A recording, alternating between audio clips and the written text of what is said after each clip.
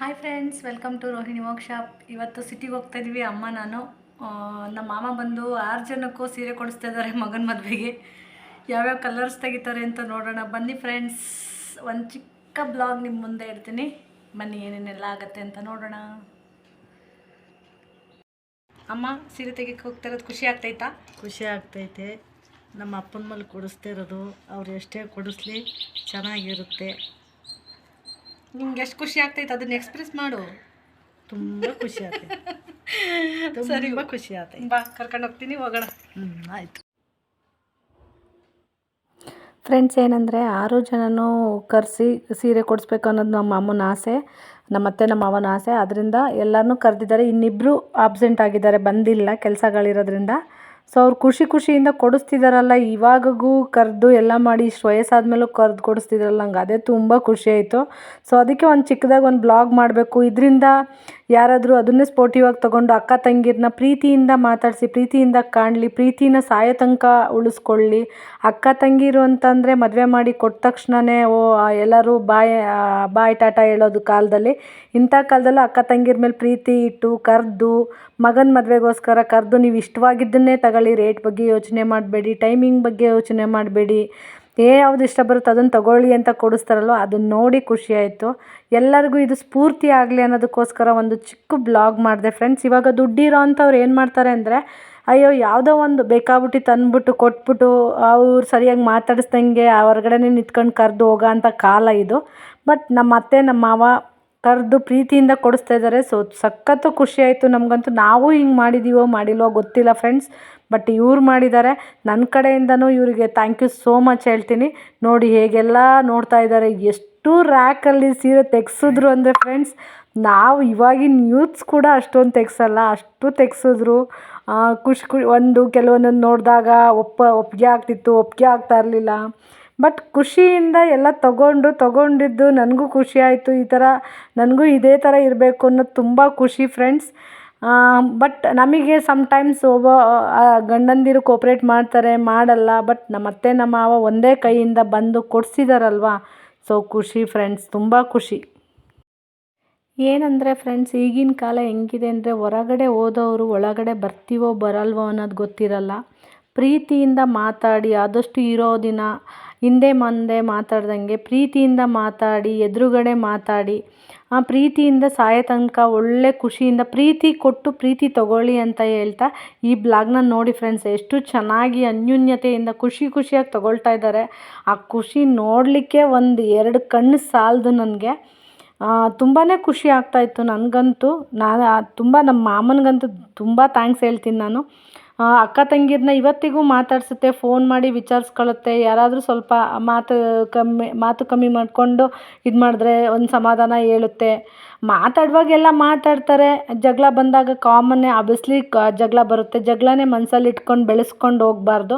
ಅದು ಅಲ್ಲಲ್ಲೇ ಬಿಟ್ಟು ಮೂವ್ ಆನ್ ಆಗೋದನ್ನ ನೋಡಬೇಕು ಫ್ರೆಂಡ್ಸ್. ನಾನು ಈ ಬ್ಲಾಗ್ನ ನೋಡಿ ಫ್ರೆಂಡ್ಸ್, ಎಷ್ಟು ಖುಷಿಯಾಗಿ ಎಷ್ಟೆಲ್ಲ ತೆಗೆಸಿ ಏನೆಲ್ಲ ಮಾಡ್ತಾರೆ ಅಂದರೆ, ನಿಮಗೊಂದು ಸ್ಫೂರ್ತಿ ಆಗಲಿ. ನಿಮಗೂ ಅಕ್ಕ ತಂಗಿರಿದ್ರೆ, ಅಣ್ಣ ತಮ್ಮದಿರಿದ್ರೆ ಇದೇ ಥರ ಮಾಡಲಿ ಅಂತ ನಾನು ಖುಷಿಯಿಂದ ಹೇಳ್ತೀನಿ. ದುಡ್ಡು ಮುಖ್ಯ ಅಲ್ಲ, ದುಡ್ಡು ಇವತ್ತು ಬರುತ್ತೆ ನಾಳೆ ಹೋಗುತ್ತೆ. ಯಾರ ಜೊತೆನೂ ದುಡ್ಡು ಶಾಶ್ವತ ಅಲ್ಲ, ಮತ್ತು ಶ್ರೀಮಂತಿಕೆನೂ ಅಷ್ಟೇ, ಯಾವುದು ಕೊನೆ ತನಕ ಶಾಶ್ವತ ಅಲ್ಲ. ಏನು ಪ್ರೀತಿಯಿಂದ 4 ಮಾತಾಡಿ, ಪ್ರೀತಿಯಿಂದ ಗೌರವಿಸಿ, ಪ್ರೀತಿಯಿಂದ ಕೊಡಿಸ್ತೀವಿ, ಪ್ರೀತಿಯಿಂದ ಇರ್ತೀವಿ, ಪ್ರೀತಿಯಿಂದ ಮಾತಾಡ್ತೀವಿ ಅನ್ನೋದು ಮಾತ್ರನೇ ನಮ್ಮ ಜೊತೆಗೆ ಬರುತ್ತೆ, ನಮ್ಮ ಜೊತೆಗೆ ಉಳಿಯುತ್ತೆ ಅಂತ ಹೇಳ್ತಾ, ಈ ಬ್ಲಾಗ್ ನಿಮಗೆಲ್ಲ ಇಷ್ಟ ಇಷ್ಟ ಆಗಲಿ ಅಂತಲೇ ಮಾಡಿದ್ದೀನಿ ಫ್ರೆಂಡ್ಸ್. ಇಷ್ಟ ಆದರೆ ಕಮೆಂಟ್ ಮಾಡಿ, ಸಪೋರ್ಟ್ ಮಾಡಿ. ಯಾವ ಥರ ವಿಡಿಯೋ ಇಷ್ಟಪಡ್ತೀರಾ ಅಂತ ಒಂದು ಕಮೆಂಟ್ ಮೂಲಕ ತಿಳಿಸಿ ಫ್ರೆಂಡ್ಸ್. ನೋಡಿ ಏನೆಲ್ಲ ಮಾಡ್ತಾರೆ ಅನ್ನೋದನ್ನು ನೋಡಿ ಫ್ರೆಂಡ್ಸ್. ನೋಡಿ ಖುಷಿ ಪಡಿ, ಎಂಜಾಯ್ ಮಾಡಿ ನೀವು ಕೂಡ.